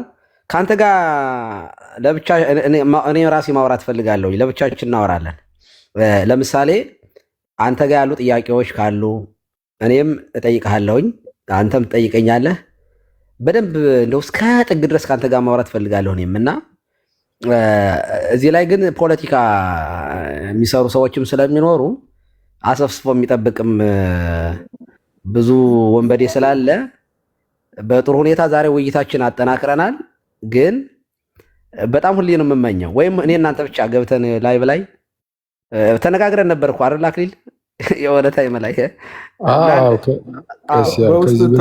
ከዚህ በፊት በደንብ እናወራለን። ኢንተርቪው እያረገኝ በደንብ ማውራት። እኔ እኮ በነገራችን ላይ በጣም ኦፕን ነኝ፣ ማውራት የምችል ሰው ነኝ ብዬ አምናለሁ። ቀሲስዬ እችን ፖለቲካ ይሰራበታል፣ ለዛ ነው። አሁን እኮ ጥሩ ነው ቀሲስ። አሁን እንትን ምንድን ነው መምህር ኤፍሬም ባሉት ላይ የቀረ ነገር ካለ ብዬ ነው። በፍጹም አሁን መምህር ኤፍሬም መጨረሻ ላይም እንዳሉት ያ ሰው በረሃብ ውስጥ ነበረ፣ ምግብ ቀረበለት። ምግቡን ያልተመገበው ስላልቀረበለት ሳይሆን በቃ እሱ አልመገብም ስላለ ነው። የምር ግን ምግብ ግን ቀርቧል። ህመምተኛ ለሆነው ዓለም የእውነት ምግብ የሆነው ክርስቶስ ቀርቦለታል። የሚመገብ ቢኖር ከዛ ህመም ውስጥ ይወጣል፣ የማይመገብ ግን በህመሙ ይቀጥላል አይነት ከሆነ ይሄ ምንስ ያነጋግራል? ይሄ በቃ በህመም ውስጥ የሚቀጥል ሰው ክርስቶስን የማይቀበል ነው። ክርስቶስ ግን ለህመምተኞች ሁሉ የቀረበ ምግብ ነው። ይሄ በቃ አያከራክርም፣ ራሱ ትክክል ነው። በጣም አሪፍ ነው። እግዚአብሔር ይስጥልን ሁላችሁም፣ ቀሲስዬ መምህራኖቻችን እግዚአብሔር ይስጥልን። ከዴቪድ እና ብፁዕ አምላክ ያው ቤተኛ ስለሆናችሁ ለዛሬ ይለፋችሁ ከይቅርታ ጋር ማለት ነው። እሺ ጥያቄ ቆይ ብፁዕዬ ነገ ወይ ይቅርታ እኔ ካልሆነ ሰዓት ስለሄደብኝ ነው። ብፁዕዬ ሌላ ጊዜ ወደ ጸሎት ያሳርጉ። መምህር በረከት ቅድም አንስተው ነበር ማይክ እንዳሉት ሌላ ጊዜ እንናገራለን። ችግር ተክለዋል። በጣም ጥሩ ጸሎት ያርጉልን ቀሲስ። ቃልዮት ያሰማልን ሁላችሁንም። አዳም አለህ? አዎ ቀሲስዬ አለሁ። አንተ ነህ እኮ ያው የትምህርት መጀመሪያም መጨረሻም የቀደመው አይደለህም አይደለ? ዳግማዊው ነህ እና ጥሩ ነው። በጣም ጥሩ ነው። የተወያየ ነው። በጣም እነ አዳም እና አጋቶን እነ ኢዮብ በጣም አድጋችኋል በእውነቱ። ማለት ኢትዮጵያ ውስጥ ያሉት ሲተኙ እናንተ እዚህ ብቅ ትላላችሁ ወደዚህ ወደ ሎስ አንጀለስ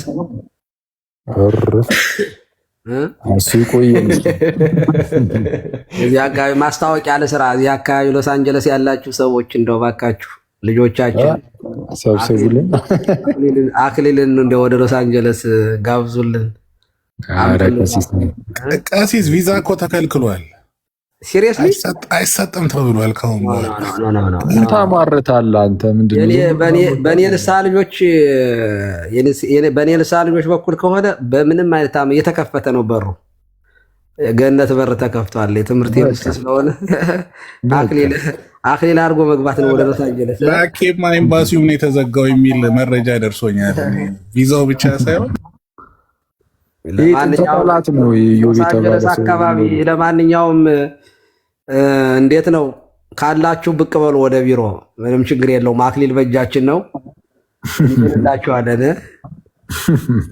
እንዴ እርሶ ኤሌኖት እንዴ? ታዲያስ በጣም ደስ ይላል። እንደዚያ ነው። እና ጋት ወናቸው የሚቃጠሉት እዚያ ቴክሳስ ላይ እንጂ እና አዳም ዚያሯል አይ ቲንክ ሶ። ለነገሩ ተደብቀው ስለሆነ እነሱ እንትን የሚሉት አይናገሩም መሰለኝ። እስልምና ላይ ስለሚሆነው በመስቀል ላይ የተሰራውን ነገር ኢምፋሳይዝ ማድረጉ አንድ ትልቅ ነገር ነው። እሱ ባይዘወይ በደንብ አጥብቀን መያዝ ያለብን ነገር ነው። እንደው ውይይቱን እንደገና እንትን እንዳንለው እንጂ አሁን ሌላው አንግል ደግሞ ሌላው ኢምፋሲስ ሲሰጠው የሚባለው መስቀል ላይ የተሰራው ነገር እንደውም ፕሮቴስታንቶቹ የፎሬንሲክ የሚሉት ነገር አለ አይደለ? በቃ ለሁሉም የሰው ልጅ የተደረገ የሚደርስ ነገር ነው። ሁላችንም በክርስቶስ በመስቀል ላይ ሳለን ክርስቶስ የሆነ አብስትራክት ለሆነ ሂውማኒቲ አይደለም የሞተው። እያንዳንዳችን ያውቀናል። በመስቀል ላይ ሲሞት ለእያንዳንዳችን ኃጢአት እያንዳንዳችን ለማዳን ነው። ሁላችንንም በስማችን የሚያውቀን አምላክ ነው በመስቀል ላይ የሞተው። ስለዚህ መስቀል ላይ እያንዳንዳችን በክርስቶስ ሕሊና ውስጥ ነበርን የሚለው የመስቀሉን ነገር ማጉላቱ በጣም ትልቅ ቴዎሎጂ ነው። ግን ፓርቲሲፔሽን ደግሞ በድነት ደግሞ ፓርቲሲፔሽን አለ። ቅዱስ ጳውሎስ ደጋግሞ የሚናገረው ኢን ክራይስት በክርስቶስ ሁነን ከክርስቶስ ጋር ተካፍለን ከዳግማዊ አዳም ክርስቶስ በሱ አካል ሁነን እያለ የሚገልጸው በክርስቶስ አብሮ መሞት አብሮ መነሳት፣ ይሄ ለሁሉም ከተደረገው ባለፈ እያንዳንዳችን የምንካፈለውን ነገር እሱንም እናጉላ ነው እና ሁለቱንም ባላንሱን መጠበቅ ከተቻለ ኢንፋሲሱ ሁሉም ጋር ያስፈልጋል። እርስዎም ኢንፋሳይዝ የሚያደርጉት ነገር በእኛ በአንድምታ ትርጓሜያችን በሊቃውንት ኢንፋሳይዝ የሚደረግ ነው። እኔ በጣም በትክክል ኢንፋሳይዝ መደረግ አለበት ብዬ ነው የማስበው።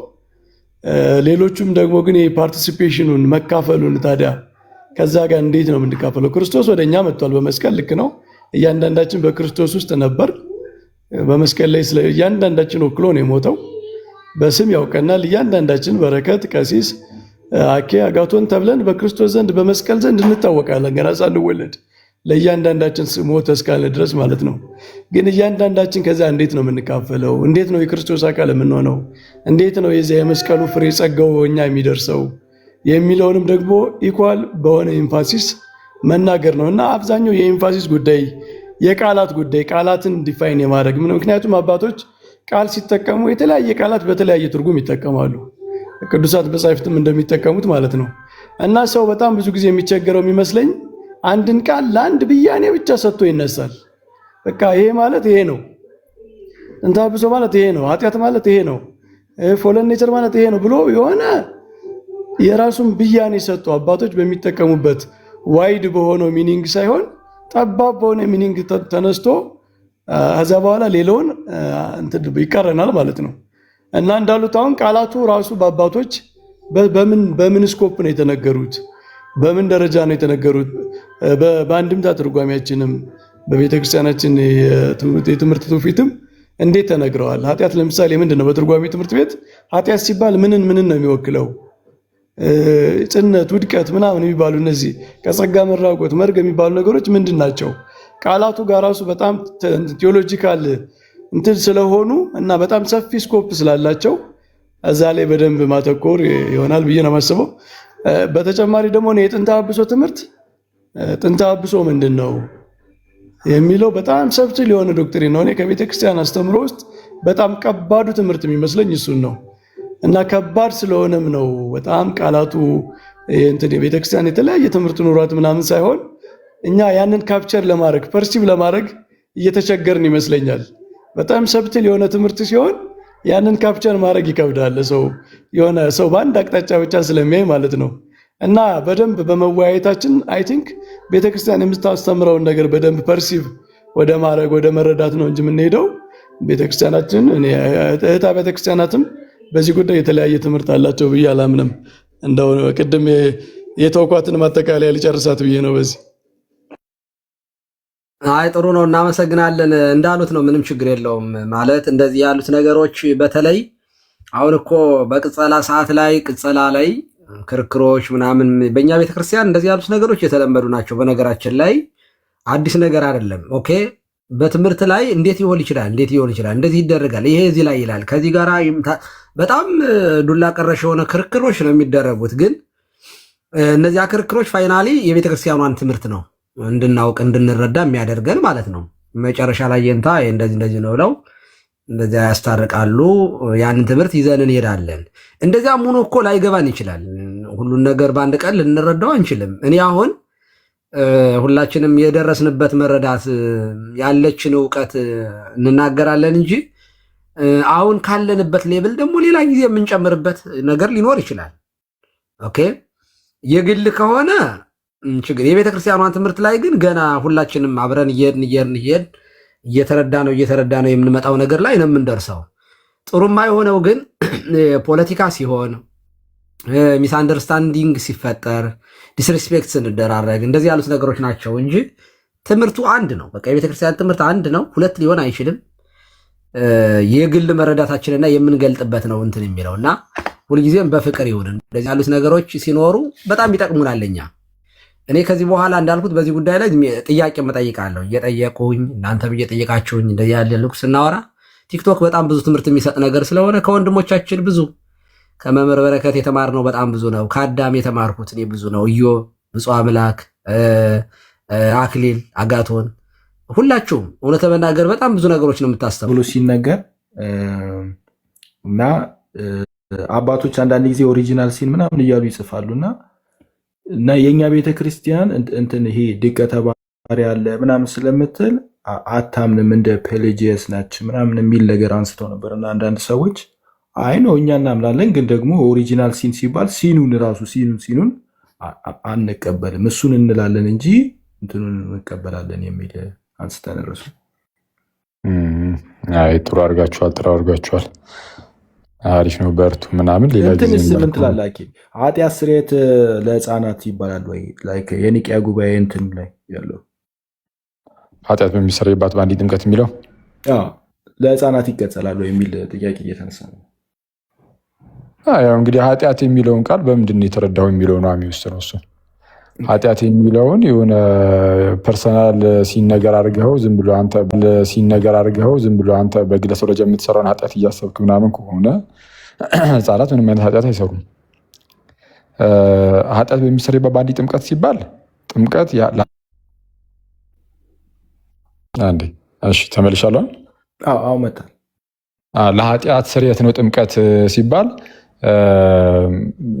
በተግባር በራስ የምትሰራውን ኃጢአት ጭምር ስለሚደመስስ ነው። በነገራችን ላይ ለምሳሌ አንድ ትልቅ ሰው ወደ ጥምቀት ቢመጣ ያ ሰው ሲጠመቅ በእድሜው ዘመኑ ሁሉ የሰራው ኃጢአት ሁሉ ይደመሰለታል፣ ይሰረይለታል። ስለዚህ ኃጢአት በሚሰረይባት ሲባል ራሱ ሰውየው ለሰራው ኃጢአት ጭምር ነው። ከዛ አንጻር ከሆነ ለህፃናት አይነገርም። ህፃናት አልሰሩም ኃጢአት፣ ራሳቸው ስለሚሰሩት ኃጢአት የምናወራ ከሆነ ኦኬ። የሚነገርበትም ግን አግባብ ሊኖር ይችላል። ማለት አንዳንድ አብያተ ክርስቲያናት ላይ እንደዛ የሚሉ ከሆነ እኛም ጋርም እንደዛ የሚባል ከሆነ ያን ያህል እንትን አይለንም። ማለት ቃላቱን ብቻ እንረዳቸው እንጂ ኃጢአት ሲሉ ለምሳሌ ከአዳማዊ ውድቀት የሚወጡበት ነው፣ ወይም ደግሞ በክርስቶስ ወደ ሆነው ህይወት የሚሸጋገሩበት ከመሆኑ አንጻር አሁን በክርስቶስ ወደ ሆነው ህይወት የምትሸጋገሩ በጥምቀት ነው። መቼስ ያለ ጥምቀት በክርስቶስ ወደ ሆነው ህይወት ተሸጋገር ያለው አትልም። በክርስቶስ ወደ ሆነው ህይወት ያልተሸጋገረ ሰው ደግሞ ሞት ውስጥ ነው። ሁለት አይነት አማራጭ ነው ያለው፣ ወይ በክርስቶስ የሆነ ህይወት አለ፣ ወይ ደግሞ ሞት ነው ያለው። በክርስቶስ ወደ ሆነው ህይወት ለመሸጋገር መጠመቅ ያስፈልጋል። ከዛ በፊት ሞትን ያለው ማለት ወይም ደግሞ ውድቀትን ያለው እንበለውና ማለት ነው። ስለዚህ ህፃናት በዛው በውድቀት ዓለም ውስጥ በዛ ውስጥ ነው የሚሆኑት እስካልተጠመቁ ድረስ ማለት ነው። እሱን ኃጢአት ብለው የሚጠሩት ደግሞ አሉ። ያንን ኮንዲሽን እሱን ኃጢአት ብለው ደግሞ የሚጠሩታሉ። ኃጢአት በራሱ ቃሉ በእኛም በነገራችን ላይ ኃጢአት ማለት ማጣት ነው። ኃጢአት ማለት ማጣት ነው፣ እግዚአብሔርን ማጣት። አለቃ ኪዳነ ወልድ ክፍሌም የሚተረጉሙት እንደዛ ነው። ኃጢአት ማለት ማጣት ነሰሰርሊ አንተ በተግባር የምትሰራው ብቻ ላይሆን ይችላል። ከዛ አንጻር እንደዛ እንትን ብሎት ምናምን ከተፈታ እግዚአብሔርን የማጣት ነገር ጸጋን የማጣት ነገር ምናምን ከሆነ ገና የእግዚአብሔርን ጸጋ የምናገኘው ወደ እግዚአብሔር የምንቀርበው ከጌታ ጋር አንድ የምንሆነው ምናምን በጥምቀት ስለሆነ በጥምቀት ሁሉ ነገር ስለምናገኝ ለኃጢአት ስርየት የሚለው ቃል ለሕፃናት ከዚህ አንጻር ከሆነ ኦፍኮርስ ይነገራል፣ ችግር የለውም። እኔ እስከማውቀው እንደዛ ነው። አሜን። ቃለ ሕይወት ያሰማልን። ዶክተር ጥያቄ ካለሽ እሷን እንስማና በቃ ብዙ ጥያቄ ካለ አይደል? ዲፍረንሱ ምንድን ነው? ፕሮቴስታንት ኦሪጂናል ሲን ሲሉ አሁን ለምሳሌ ሉትራኖች ወር ሌሎችም ኦሪጂናል ሲን ይላሉ። ግን አሁን እነሱ ደግሞ ፐርሰናል ሲን የሚለውን ወር ኢምፒቴሽን ኦፍ ጊልት አለ አይደለ? እሱን ትንሽ ልዩነት እንዳለው እንዲረዱ ሰዎች እሱ ነው አሁን ትናንት በጣም ሲያከራክር የነበረው። የኢትዮጵያ ኦርቶዶክስ ተዋሕዶ ቤተክርስቲያን በኦሪጂናል ሲን አታምንም፣ ኮፕቲክ እና ሲሪያክ እያመኑ ልክ እንደ ሉትራኖች ወር እንደ ፕሮቴስታንቶች እየተባለ ነበር እና ልዩነት እንዳለው በደንብ ረገጥ አድርገህ ብትነግርልን። የኮፕቲክና የሲሪያው ከፕሮቴስታንቱ ጋር ይስማማል። የኢትዮጵያ ደግሞ ያው ከፕሮቴስታንቱ ጋር አልተስማማችም። ማለት ከኮፕቲክና ከሌሎች ከአሃት ቤተክርስቲያን ጋርም አትስማማም ነው ሀሳቡ። የኢትዮጵያ ኦርቶዶክስ ተዋሕዶ ቤተክርስቲያን ይሄንን ነገር ትክዳለች። ሌሎቹ ግን ኮፕቲክና ሉትራን አንድ አይነት እምነት ነው ያላቸው፣ ኦር ደግሞ ኮፕቲክና ፕሮቴስታንቶች አንድ አይነት እምነት ነው ያላቸው በዚህ ረገድ የሚል። የፕሮቴስታንቱ ራሱን ችሎ በጣም ሰፊ ነገር አለው። እውነቱን ለመናገር ይህ ዝም ብለህ ኦሪጂናል ሲን ብለህ የሆነ ይተላለፋል አይተላለፍም ምናምን በሚል ላይ ብቻ የሚያበቃለት ነገር አይደለም። ማለት የኦሪጂናል ሲን ትምህርቱ በተለይ የአውግስቲኒያን የሆነው ላይ አንድ ይቅርታ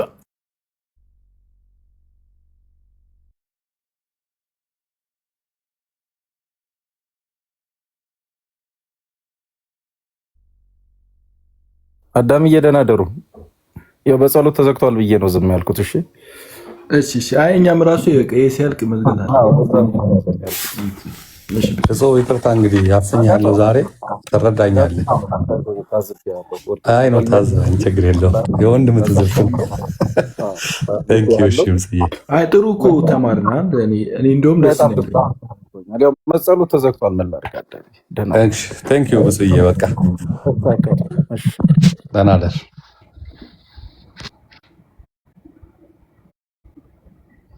እሺ ይህ አውግስቲኒያን የሆነው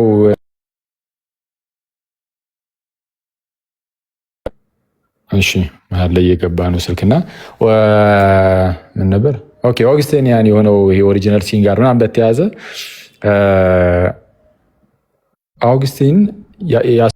አውግስቲን ያስተዋውቀው አንድ ነገር አለ። ለምሳሌ ከዚህ ከኦሪጂናል ሲን ጋር ተያይዞ ሰዎች ሁሉ የወደቁበትን መንገድ ምናምን የሚያስረዳበት መንገድ ትንሽ ለወጥ ያለ ነገር አለው።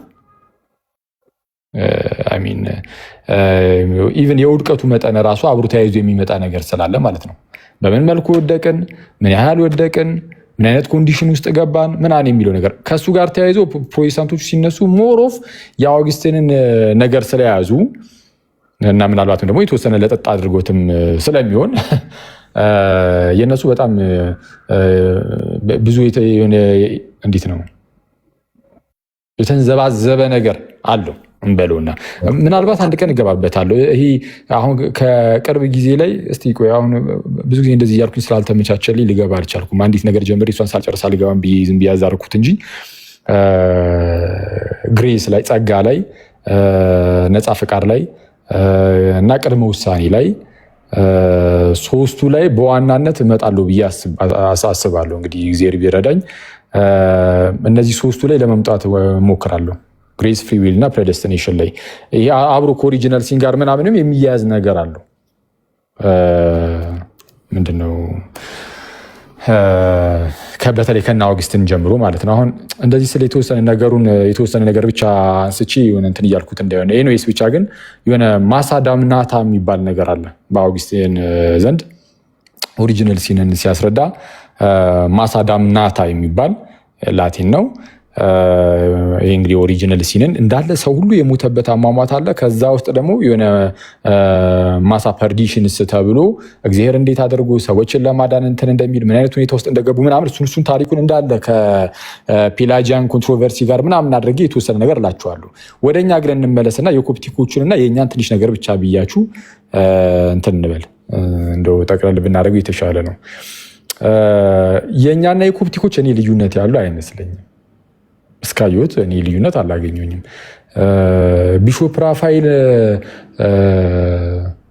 ምን በሚል መጽሐፋቸው ነው ኢኮኖሚ ኦፍ ሳልቬሽን ምናምን የሚል መጽሐፍ አላቸው እና እዛ ላይ እንዳየሁትም ከሆነ አሁን ቀደም እንዳልኩት ነው የሚሉት ኃጢአት የሚለውን ሲን የሚለውን የሆነ አዳምና ሔዋን የሰሯትን ያችኑ ኃጢአት ራሷ እየተንጠባጠበች እያለፈች ትመጣለች አይሉም። የሆነ ኢምፒውተር ጊልት ምናምንም የለም። ግን ምንድነው አዳም እና ሔዋን ወይም ደግሞ አዳም የመጀመሪያው ሰው ኃጢአትን ሲሰራ በኃጢአቱ ምክንያት የገባበት ሁኔታ አለ። ያ ሁኔታ ራሱ ኃጢአት ተብሎ ይጠራል ነው፣ ሲን ተብሎ ይጠራል። በቃ የወደቀበት ውድቀቱን ኃጢአት ብሎ ይጠሩታል። ውድቀቱን ኃጢአት ብሎ መጥራት ማለት ነው። ኃጢአት ማጣት ነው ብያችኋለሁ። እና ከዛ አንጻር የሆነ ያንን ውድቀቱን ኃጢአት ብሎ የሚጠሩት ከሆነ ኃጢአት ይተላለፋል ተብሎ ቢነገር ምንም ችግር አይኖርም። እና ኃጢአት ሲሉ እንዳልኳችሁም ኃጢአት ሲሉ ያንን ከሆነ እኛ አንቃወምም። አዎ እንደዛ ከሆነ ትክክል ናችሁ ነው የምንለው። ኃጢአት ስትሉ ውድቀቱን እያወራችሁ ስለ ውድቀቱ ወይም ደግሞ ስለገባንበት ሁኔታ እያወራችሁ ከሆነ ትክክል ናችሁ ነው የምንለው።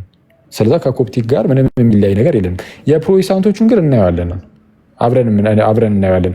በተለይ የኦግስትንን ማሳዳምናታ እና ማሳ ፐርዲሽንስ የተባሉትን እነዚህ ሁለቱን እሳቢዎች በአውግስትን ትምህርትና በመጀመሪያዎቹ የማጅስቴሪየም ሪፎርመሮቹ ዘንድ ያለው ምናምን የተወሰነ ነገር ለማየት እንሞክራለን።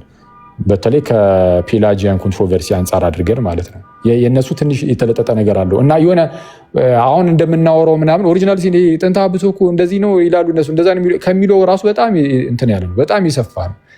ጠቅላላ አብሮት ከእሱ ጋር ተያይዞ ድህነትን ራሱ እንዴት ድህነት ላይ ተጽዕኖ እንደሚያመጣ ራሱ አብረን እናየዋለን። እና እንደዛ የምናይ ይሆናል። እናንተ ሰዎች ያ ቴንክ ዩ መቼ እንጃ እና ሰላም ብያለሁ። የጠፋ ሰው እንዴት ነህ? ደህና ነሽ? እንዴት ነሽ? አክሊልሻ ትተን ጠፋ ይሁን። እሺ ለማንኛውም ጊልት በጣም ጊልት ይላሉና የአውገስቲን ጊልት የሚለው በአዳም ምክንያት ሰው ሁሉ ይጠየቃል የሚል ሀሳብ ይዞ ነው ወይስ ምንድነው የሚለው ልጠይቅና አዳምን ደግሞ አስፈቅጄ ማሳየው መጽሐፍ አለ ከፈቀደልኝ። ቀጥል አንተ ግን ጊልት ላይ እና ፔላጂያስ ከአዳም ምንም የወረስነው ነገር ስለሌለ ህፃናት ለኃጢአት ስርየት አይጠመቁም ብሎ ነው አይደል በካውንስል ኦፍ ካርቴጅ ውግዘት የገጠመው የሚለውን በአጭሩ ብትመልስልኝ። እሺ አሁን ይሄ ራሱ አሁን እንግዲህ ለዛ እኮ ነው አሁን ብዙም ያልገባውበት እንጂ አሁን ፔላጂየስ ራሱ ሲጀምር አሁን አንቺ እንዳልሽው ብሏል ወይ የሚለው እንግዲህ አሁን በትራዲሽን ደረጃ እንደዛ ይባላል። በታሪክ ውስጥ እንደምናውቀው ፔላጂየስ አለ ተብሎ የሚነገርለት እንደው ምንድነው ሰው ጥንተ አብሶን እንበሉ ነው የኦሪጂናል ሲንን በሉት ውድቀትን በሉት እያንዳንዱ ሰው አልወረሰም ብሏል። በአዳም ኃጢአት ማንም የሚጠየቅ የለም ብሏል።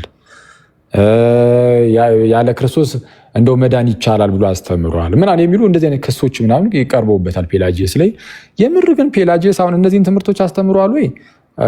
አሁን ላይ ያለው እንግዲህ ስኮላርሺፕ ምናምን እንደሚያሳየን ከሆነ አላለም የሚል ነው። አብዛኛው እንግዲህ የሚወጡት እንትኖች አውግስትን ሚስ ሪፕሬዘንት አድርጎታል ነው የሚባለው። እንደውም ፔላጂየስን ማለት ነው። ፔላጂየስን ኦግስትን ሚስ ሪፕሬዘንት አድርጎታል፣ አልተረዳውም። እንደውም የኦግስትን የተለጠጠ ነገር አለው። የኦገስትን የተለጠጠ ነገር አለው። ፔላጂያኒዝም የሚባል ነገር እንደው በሰዓቱ ካለመግባባት የተነሳ የተፈጠረ ነገር እንጂ ፔላጂያኒዝም የሚባል ነገር በዛን ወቅት ላይ እንደዚህ አይነት ነገር የለም የሚል ነገር ነው አሁን እኔ የማውቀው ማለት ነው። እስካየሁ ድረስ ፔላጂየስም ሆነ የእሱ የቅርቡ ወዳጅ የነበረው አንዳንዶቹ ደግሞ ተማሪ የሚሉት ሴሌስሺየስም ቢሆን በኋላ ላይ ጁሊያን ኦፍ ኤክላንም ቢሆኑ እነሱ አሁን የሚባለውን አይነት የፔላጂያኒዝም ምናምን እኛ የምናውቀውን አይነት ትምህርት አስተምሯል ተብሎ እንደዚህ አይነት ነገር አይመስለኝም። እውነቱን ለመናገር አይመስለኝም። ቀርበዋልም እኮ ምንድነው እነ ፔላጂየስ አስቀድሞ ወደዚህ ወደ ፍልስጤም አካባቢ አንድ ጉባኤ ተደርጎ ዲያስፖሊስ ላይ እዛ ጉባኤ ተደርጎ እኮ ትምህርታቸው ታይቶ ምናምን እዛ ያሉት ጳጳሳት ምናምን አይ በቃ እንከን አልተገኘበትም ተብሎ እኮ ነፃ ወጥቷል ፔላጂየስ መጀመሪያ ላይ። በነገራችን ላይ ጉባኤ ተደርጎ ዲያስፖሊስ ላይ አይ ምንድነው አኪዩዝ በተደረገበት በዛ ኑፋቄ አይ በሱ አልተወገዘም። ለምን? ያንን ኑፋቄ እሱ ስለማያስተምረው ማለት ነው። ኑፋቄውን እንደ ኑፋቄ ያወግዙታል። ኑፋቄውን እንደ ኑፋቄ ለምሳሌ አሁን እንደዚህ ያልናቸውን ነገሮች እነሱ ኑፋቄ ናቸው። በአዳም ኃጢአት እኛ ጋር ምንም እኛ የሚያነካካን ነገር የለም ምናምን የሚል ሰው የለም። በቃ በአዳም ኃጢአት ምክንያት ውድቀት ውስጥ ዓለም ሁሉ ገብቷል። ባጭሩ የሰው ዘር ሁሉ በአዳም ኃጢአት ምክንያት ሁሉም ሰው ውድቀት ውስጥ ገብቷል እና ፔላጂየስ ግን ከዚህ የተቃረነ ነገርን ያስተማረ አይመስለኝም እና በነፃ ወጥቶ በኋላ ላይ እና አውግስቲን ድጋሚ ቅርጣግና ላይ ካርቴጅ ላይ ጉባኤ እንዲደረግ አድርገው ከዛ ላይ ያወግዙታል። በኋላ ላይ ደግሞ እነ ሴሌስሺየስ ወደዛ ወዴት ነው ወደ ሮም አካባቢ ሄዱና ፖፕ ኢኖሰንት ጋር አሜን ፖፕ ኢኖሰንትም ከና አውግስቲን ጋር ሆኖ ያወግዛቸውና ከዛ በኋላ ይግባኝ ይጽፋል። ማነው ስሙ ፔላጂየስ ወደነ ፖፕ ኢኖሰንት መሀል ላይ ሞቶ ስለነበረ ዞሲመስ ይተካል እና እነ ዞሲመስ ነገሩን አይተውት ፖፕ ዞሲመስ ማለት ነው የሮም ፖፕ ዞሲመስ አይቶት ትምህርታቸውን የነ ሴሌስሺየስን ምናምን የእንትናንም ማነው ስሙ የፔላጂየስንም የእምነት አቋሙን አይቶት ኦርቶዶክስን ይዘው ብሉታል ኦልሬዲ ተብሏል እኮ እና አውግስቲን ግን በዚህኛው በኩል ወደ ካርቴጅ ወደ አፍሪካ አካባቢ አውግዘዋቸው ንጉሱን አሳመን እንትን ብለው የተወሰነ ገፋ ነገር አድርገው በቃ አስወገዙት ምናምን ነገር። ከዛ በኋላ ያ ተጽዕኖም ስላለ እና ፖፕ ዞሲመስም በኋላ ላይ ሲያወግዛቸው እናያለን። ኤኒዌይስ እሱ እንደዛ እያለ ይቀጥላል። እሱ አሁን ቅድም ያልኳቸው ይሄ ነው ሳይሆን ታሪኩ ያው ኮንትሮቨርሲ የተባለውም ብሏል አላለም የሚለው ስለሆነ ትምህርቱ ግን በአዳም ምክንያት ምንም የመጣብን ነገር የለም የምንጠየቀው በእኛ ብቻ ነው ስላለ ካርቴጅ ጉባኤ ያወገዘው ለዛ ነው አይደል? ትምህርቱን ነው ያወገዘው ካርቴጅ ጉባኤ አላለም። ከአዳም ምንም እሱ አላልኩም ብሎ ዲና ያርጎ ሊሆን ይችላል ቢሾፖቹ ያላወገዙት። እኔ ያለ አይመስለኝም። አላለም ነው። እኔ አሁን የኔን ሀሳብ ብትጠይቅኝ አላለም ነው። አውግስቲን ሪፕሬዘንት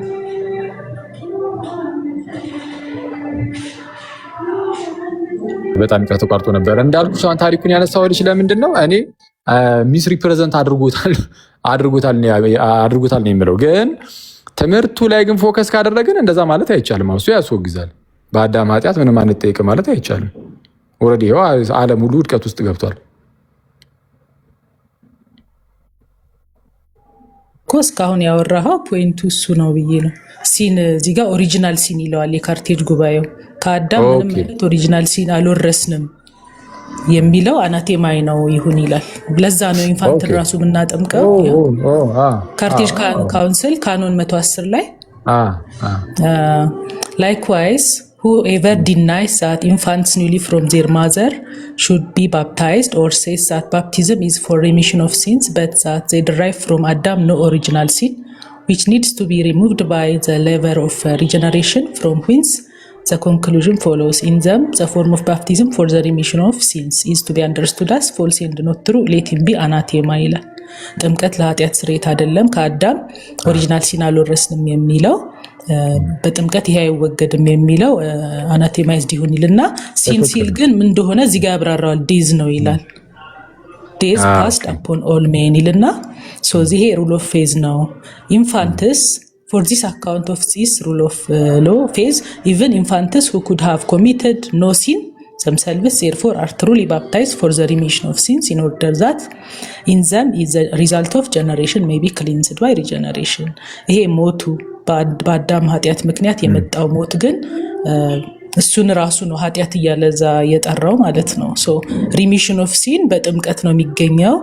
በአዳም ምክንያት ደግሞ የመጣብን ውድቀት የለም ብሎ ዲናይ የሚያደርግ ትምህርቱን ግን አናቴማይዝ አድርገውታል። ፔላጂየስ ቢለውም ባይለውም ማለት ነው። የኔ ሀሳብ እሱ ነው። ይሄ ትምህርቱማ ትክክል ነው አይደል? ይሄኛው አሁን የተነገረው ነገር አሁን አንቺ ያልሽው ነገር እሱ ትክክል ነው፣ ምንም ግልጽ ነው። የህፃናቱንም ሲባል ከዚህ አንጻር ከሆነ ጤናማ ነው። ግን እንዳልኩሽ ማለት ነው የካርቴጅ ጉባኤ በነገራችን ላይ ኢንፋለብል አይደለም በራሱ። አሁን ስህተት አለበት እያልኩኝ አይደለም፣ እዚህ ላይ በደንብ እያዝልኝ። የካርቴጅ ጉባኤ ግን ኢንፋለብልም አይደለም፣ ስህተት የለበትም። ለምንድን ይህንን ያነሳሁት? የአውግስቲን ኢንፍሉዌንስ ያለበት ጉባኤ ስለሆነ በጥንቃቄ ነው የምናየው። የሆነ ነገርም ካለ በጥንቃቄ እናያለን። አውግስቲን ምንም እዚህ ጉዳይ ላይ ስለሳተ ስቷል ብለን ማለት ቦልድሊ የምንናገረው። እንደዚህ አይነት ጉዳዮች ላይ የሳታቸው ነገሮች አሉ። የሳታቸው ጉዳዮች ስላሉ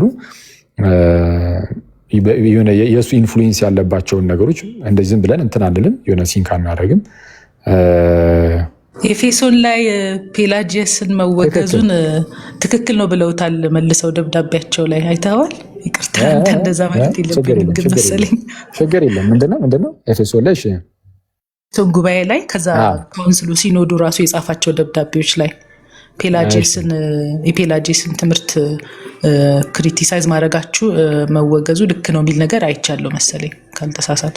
የኤፌሶን ጉባኤ ካነን 2 እና 4 ላይ ነው። ስንተኛው ሴሽን ላይ ነው? ኤኒዌይስ 2ኛው እና 4ኛው ካነን ላይ ይመስለኛል። ፔላጂየስ በስም አልተጠቀሰም እስከማስታውሰው። የነ ሴሊሲየስን ትምህርት ምናምን ብለው ነው አይ ቲንክ የሚያወግዙት። ግን የሴሊሲየስን ትምህርት ብለው ቢያወግዙት ምንም ችግር የለውም። እነሱ ጋር የደረሰው ትምህርት ምን እንደሆነ ስለሚታወቅ ማለት ነው። በተለይ በዛን ጊዜ ደግሞ በዛ በሰዓቱ ማለት ነው በዛ የኤፌሶን ጉባኤ በሚደረግበት ሰዓት ላይ የነበረው ይሄ በፔላጂዮሳውያን ተብሎ በሚጠሩት ዘንድ የነበረው ትልቅ አስቀጣይ ዩሊያኖስ ነው። የኤክላነሙ ማለት ነው ጁሊያን ኦፍ ኤክላነም ነው። እሱ ደግሞ ከማን ጋር ነበረ? ወደ ንስጥሮስ ሸሽቶ ነበረ በአንድ ወቅት ላይ፣ በዛን ወቅት ላይ ማለት ነው። እና በሰዓቱ የሚወገዘው ንስጥሮስ ነው። ስለዚህ አሁን ለአባቶቻችን የሚታያቸው ንስጥሮሳውያንና ፔላጂያንስ ሆነው የኦርቶዶክስ ክርስቲያንን አታክ የሚያደርጉ ነው የሚመስላቸው። ስለዛ ፕላስ ደግሞ የሰሙትም ነገር ይኖራል። አሁን ይኸው እኛ እንደምንሰሙ አይነት ማለት ነው። ልክ አሁን የካርቴጁ ላይም እኮ እንዳነበብሽው ፔላጂየስ እንዲህ ብሏልና ይወገዝ። ትክክል ነው። እንደዛ ካለማ ይወገዝ እኮ ነው የምንለው እኛም። እና ከዛ አንጻር ነው እነሱም እንደዛ ሊሉ የሚችሉት ነው እንጂ መጨረሻ ላይ ፔላጂየስ ከመሞቱ በፊት ቅዱስ ቄርሎስ ዘእስክንድርያ ነበር አስጠግቶት የነበረው ግብፅ ላይ በነገራችን ላይ። ከዛ በኋላ ፔላጂየስ ምንም ተናግሮ ማያውቅም። በዛው ነው የሚያልፈው ህይወቱ ማለት ነው።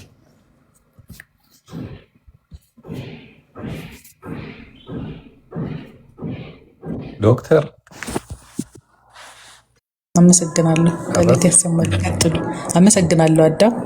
እና ሁለተኛው ላሳይ የፈለኩት ደግሞ ከማሳይ ግን ያው በቃል መናገር እችላለሁ። የኢትዮጵያ ኦርቶዶክስ ተዋሕዶ ቤተክርስቲያን እምነት ስርዓት አምልኮ የሚለው ላይ ማንም ሰው በጥምቀት ከእግዚአብሔር ይወለዳል ከፍዳ ይድናል ይላል። ኦኬ ያልተጠመቀ ደግሞ የእግዚአብሔር መንግስት መግባት አይችልም ይላልና ከፍዳ ይድናል የሚለው ከጥምቀት ነው፣ በጥምቀት ነው ከፍዳ ይድናል የሚለውን የቤተክርስቲያን ላሳይ ነበር። አመሰግናለሁ። እስቲ አንዴ ላሳየው። ኦኬ እስቲ አይ ምን የሚለው ነው? አይ ለአንተ አይደለም አኪ አንተ ትቀበለዋለህ። ከታች በጥምቀት ነው ከፍዳ ሚድነው ብዬ ስጽፍ አድነ ክርስቶስ አላዳነንም ወይ ስለጠየቁኝ የኢትዮጵያ ኦርቶዶክስ ተዋሕዶ ቤተክርስቲያን ስርዓት አምልኮ የሚለው ላይ ገጽ 28 ማንም ሰው በጥምቀት ከእግዚአብሔር ይወለዳል ከፍዳ ይድናል ይላል። ስለዚህ ከፍዳ ምንድነው ያው በጥምቀት ነው የሚለውን ለማሳየት ነው። ይሄ የኢትዮጵያ ኦርቶዶክስ ቤተክርስቲያን ስርዓት አምልኮ የሚለው መጽሐፍ ነው እና እዚህ ግዝረት የሚለውን ያብራራና በአዲስ ኪዳን በግዝረት ጥምቀት ተተክቷል ይላል። ያልተጠመቀ ሁሉ እግዚአብሔር ልጅ አይባልም መንግስተ ሰማያትም አይወርስም። ስለዚህ የታወቀው የተገለጠው ትምህርት ያልተጠመቀ አይወርስም የሚለው ነው። ኦኬ ስለዚህ አሁን ህፃናት ላይ ምናምንም የተነሳው ሐሳብ ያልተጠመቀ አይወርስም በሚለው ነው የምናውቀው። ግን ፍትሐ እግዚአብሔር እሱ በምህረቱ ሊራራላቸው ሊያድናቸው ይችላል ብለን ነው የምናምነው። የኔን አቋም ቅድም አጋቶን ትንሽ ጨቁኖኛል ስላላስቀመጥኩኝ ነው። አመሰግናለሁ አጋቶንዬ፣ ይቅርታ ካስቀየምኩ። እንግዲህ ኧረ ዶክተርዬ ችግር የለውም። አዲስ አበባ ነው ያለሽ ዶክተር? አይሾ ስፒድን አይተሽዋል ልትላት ተቀብለን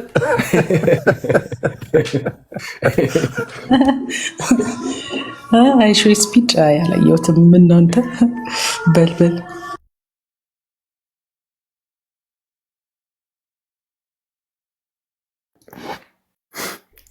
እንዝጋ አለ አጋቱ ነኝ